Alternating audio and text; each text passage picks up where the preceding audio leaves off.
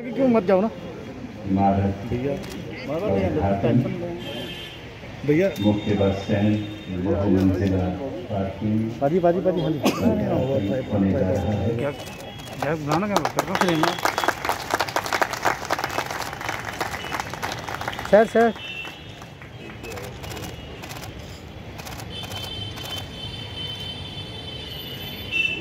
Thank you वासियों को खूबसूरत जितना ये आज हमको दिख रहा है।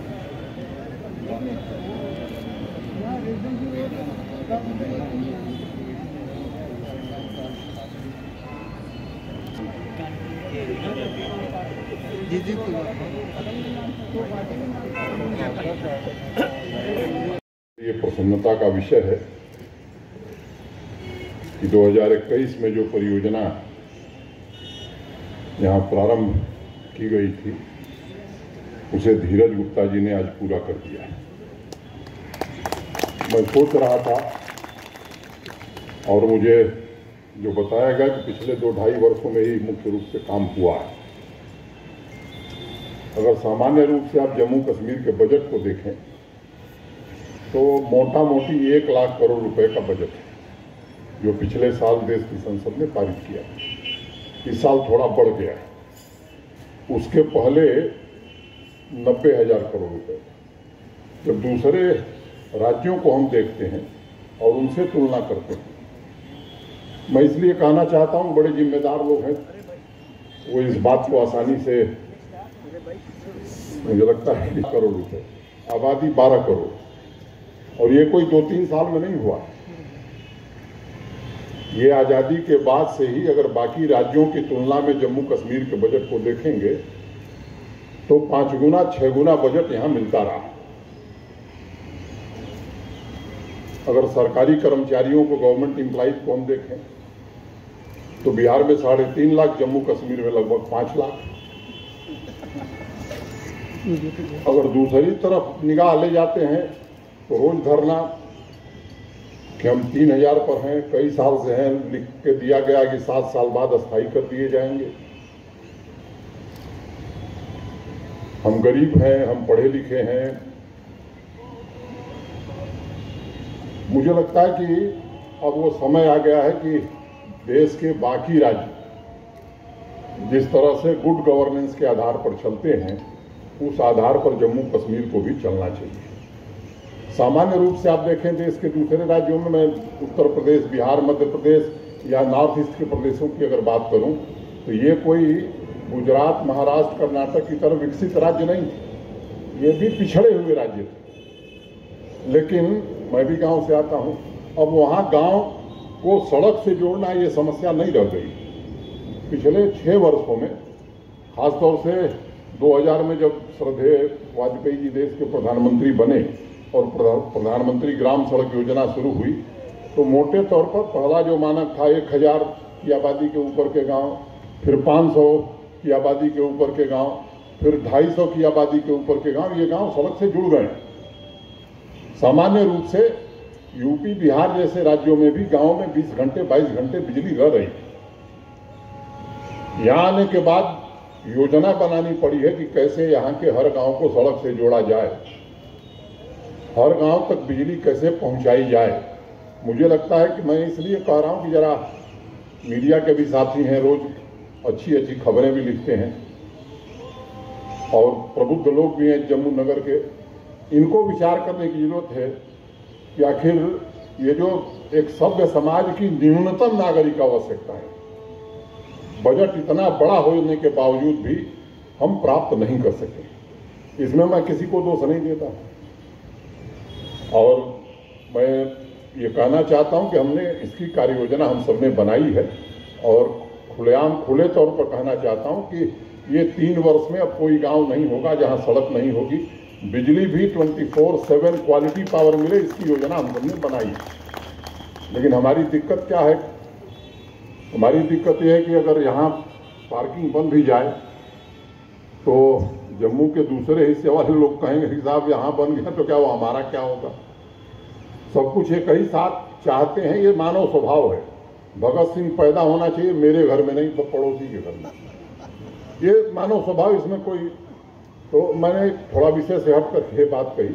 मैं उन तमाम लोगों को जिन लोगों ने इस परियोजना को पूरा करने में अपना योगदान दिया है, मैं उनके प्रति हृदय से आभार व्यक्त करता हूं और उम्मीद करता हूं कि और भी जो परियोजनाएं हैं जिनका जिक्र अभी धीरज गुप्ता जी ने किया है, मैं थोड़ा बहुत जिक्र करूंगा, उसके विवरण में मैं नहीं जाना चाहता हूं, वो भी आगे समय से पूरा हों।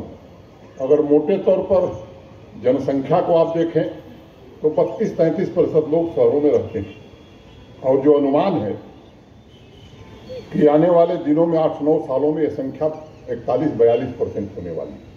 अगर सकल घरेलू उत्पाद को देखें तो उसमें नगरीय क्षेत्रों का, माने शहरों का 63% योगदान है और एक आकलन है कि 9-10 साल बाद ये योगदान 75% होने वाला है। जब ऐसी परिस्थिति है तो फिर नगर कैसे होने चाहिए?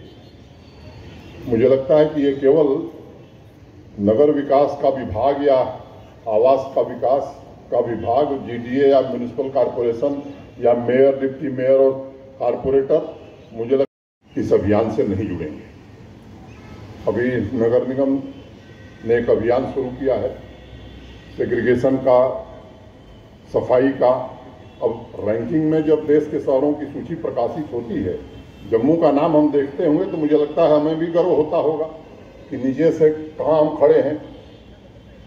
अब गर्व होता है या शर्मिंदगी होती है, हमको सोचने का विषय, लेकिन जिसमें स्वाभिमान है, मुझे लगता है उसको आज ये संकल्प लेने की जरूरत है कि नहीं, हम भी, हमारी जो जिम्मेदारी, इस शहर को स्वच्छ सब कुछ सरकार कर देगी, प्रशासन कर देगा, मैं समझता हूँ ये दुनिया में कहीं हुआ नहीं और इसलिए हमको निश्चित रूप से विचार करने की जरूरत है कि जो हमारी जिम्मेदारी है हम करें।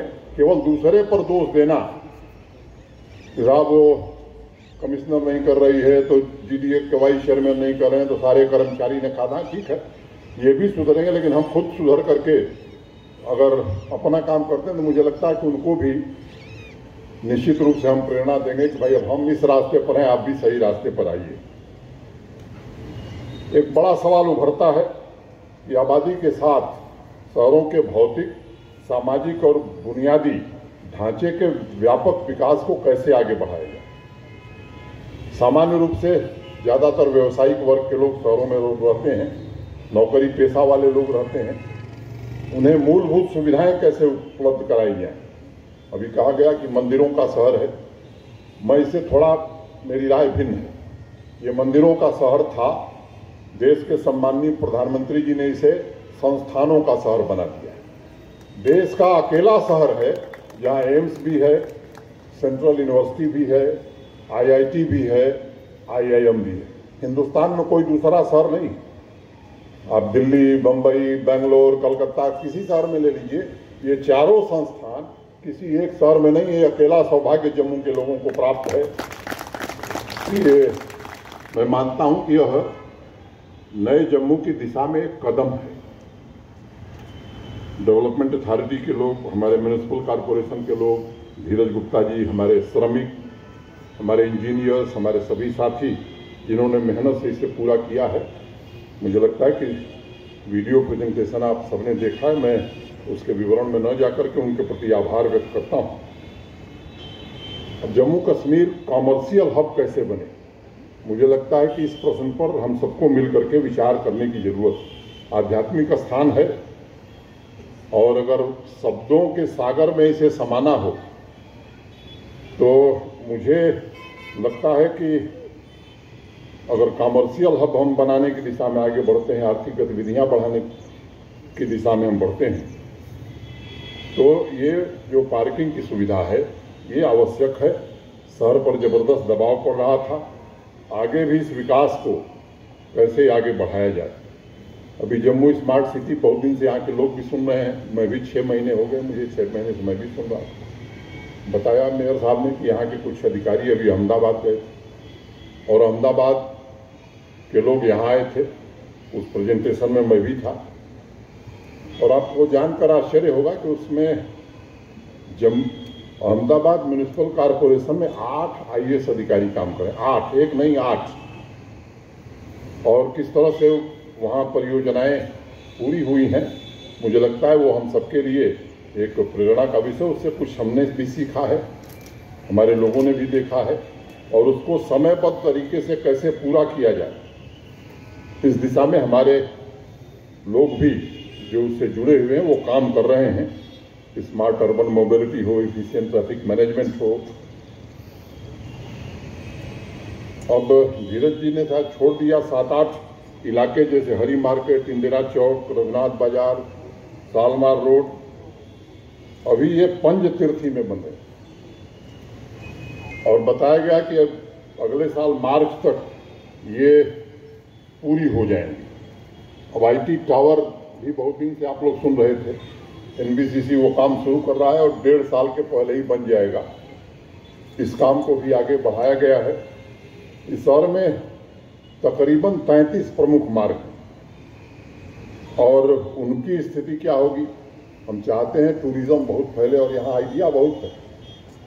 मैं आपको बताऊं, जो मुझसे मिलता है वो टूरिज्म का देश का सबसे बड़ा एक्सपर्ट होता है, चाहे वो परचून की दुकान करता हो, लेकिन आइडिया इतनी अच्छी है उसके पास, जो आएगा वो पन्ने पर 5 इनोवेटिव आइडिया लेकर आता है। साहब अगर ये हो जाए तो टूरिज्म बढ़ जाएगा।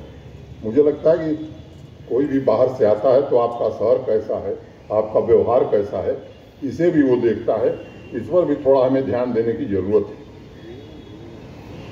जम्मू के नए और पुराने शहर के सड़कों की लंबाई देखें तो ये मोटे तौर पर 20 किलोमीटर के आसपास है, और इसके लिए प्रशासन ने 4 स्ट्रीट नेटवर्क तैयार किया है, और उससे यहाँ आर्थिक व्यवस्था भी ठीक होगी और सामान्य नागरिक के जीवन में भी परिवर्तन आएगा।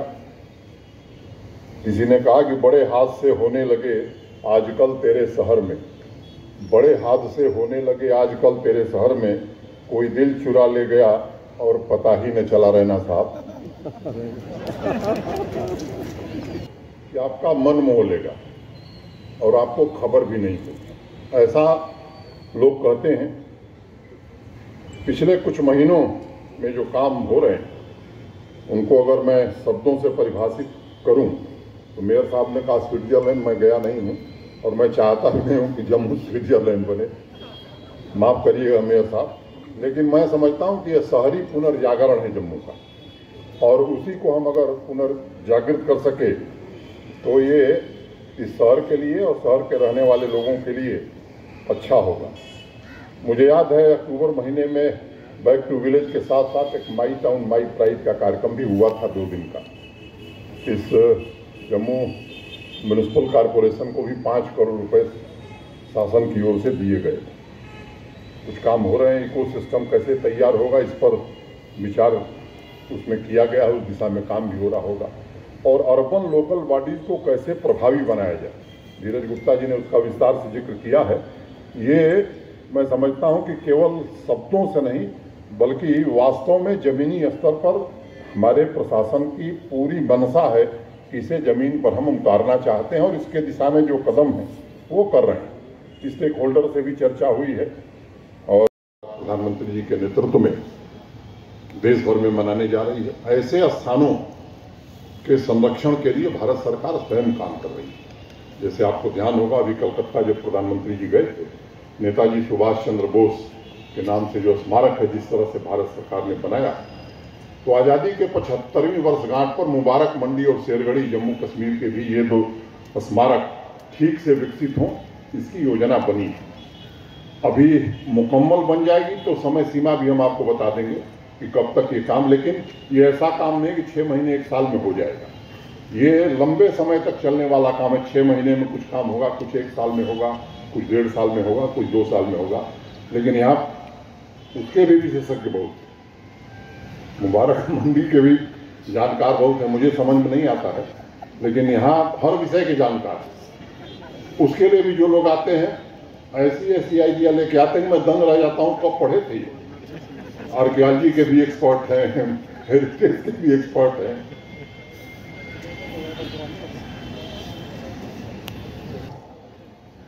से केसी चौक की तरफ जब जाते हैं तो 1.5-2 किलोमीटर का ये रास्ता है। एक योग्य शहर जो गुणवत्तापूर्ण जीवन स्तर से भरा पूरा हो, उसकी झलक देखने को मिले, इसका प्रयास आने वाले दिनों में किया जा रहा है। मैं ठीक कह रहा हूं ना? एक रोड का मैंने जिक्र कर दिया ताकि ध्यान में आ जाए। बहुत सारी सड़कें हैं जिनको आने वाले दिनों में ये लोग निर्माण करेंगे। अब योजना बनाना, उसका निर्माण, दृष्टिकोण, कार्यान्वयन, कोशिश हम लोग कर रहे हैं कि इस पर थोड़ा ध्यान केंद्रित किया जाए। और मैं आप सबसे विनम्रता से, बात जिम्मेदारी के साथ कहना चाहता हूं कि पारदर्शिता और जवाबदेही के साथ काम हो, इसमें कोई कसर हम लोग नहीं छोड़ेंगे। कोशिश कर रहे हैं आत्मनिर्भर जम्मू शहर बने। देश बन रहा है तो जम्मू को भी बनना चाहिए। और सस्टेनेबल डेवलपमेंट, ये दो मुख्य ऑब्जेक्टिव अगर लेकर के हम चलेंगे तो मुझे लगता है कि निश्चित रूप से हम अपने लक्ष्य को प्राप्त कर सकेंगे। तभी रिवर फ्रंट, जू, ये ऐसी चीजें हैं मुझे लगता है कि अनेक वर्षों से लोग सुन रहे हैं। मुझे लगता है कि अब इस परंपरा को थोड़ा हम लोग विराम देते हैं कि सुनने वाला काम बंद, करने वाला काम शुरू। इस दिशा में आगे बढ़ने की जरूरत है। जो अहमदाबाद के लोग हैं उस दिशा में भी कुछ बात आगे हुई है। एक बार जब ये हो जाए कि नहीं अब काम होने वाला है, तब मैं आपसे चर्चा करूंगा। कोशिश हम कर रहे हैं कि जल्द शुरू किया जाए। तभी रिवर फ्रंट को भी हमारे अफसरान भी मौके पर जा करके देखे भी हैं कैसे किया जाएगा, इस पर भी विचार कर रहे हैं। और इकोलॉजिकली सस्टेनेबल डेवलपमेंट कैसे होगा, ये उसमें मुख्य रूप से मैं समझता हूं कि सबसे महत्वपूर्ण विषय है। और ये इसके जानकार मनोज सिन्हा भी नहीं है, धीरज गुप्ता भी नहीं है, न चीफ सेक्रेटरी है। जम्मू शहर में बहुत लोग हैं, लेकिन हम खोज रहे हैं दूसरे लोगों को जो वास्तव में इसके एक्सपर्ट हैं और वो उसी दिशा में काम करने की कोशिश हम कर रहे हैं। जो प्रमुख बाजार हैं उनका सौंदर्यीकरण, मेट्रो की चर्चा बहुत दिनों से रही है। मैं आपसे निवेदन करना चाहता हूं कि मोटे तौर पर उस परियोजना को अंतिम चरण में है और यहां से स्वीकृत करके भारत सरकार को हम लोग भेज रहे हैं। 23 किलोमीटर जम्मू में और 25 किलोमीटर श्रीनगर में। ये मेट्रो अब कागजों में नहीं रहेगी, मूर्त रूप लेगी और लक्ष्य है कि 23 दिसंबर में इसे पूरा कर दिया जाएगा। साइकिल चलाने वाले, अब केवल गाड़ी वालों का इंतजाम होगा तो बड़ा मुश्किल हो जाएगा। इसका भी इंतजाम म्यूनिसिपल कॉरपोरेशन और नगर विकास और आवास के लोग कर रहे हैं। अधिक सुरक्षित माहौल बनाने की कोशिश हो जा रही है और एक प्रकार की डिजाइन अधिकांश सड़कों की बनाई जा रही है ताकि जो आवे वो उसे समझ सके, दुकानों और मकानों की खूबसूरती भी बढ़ सके।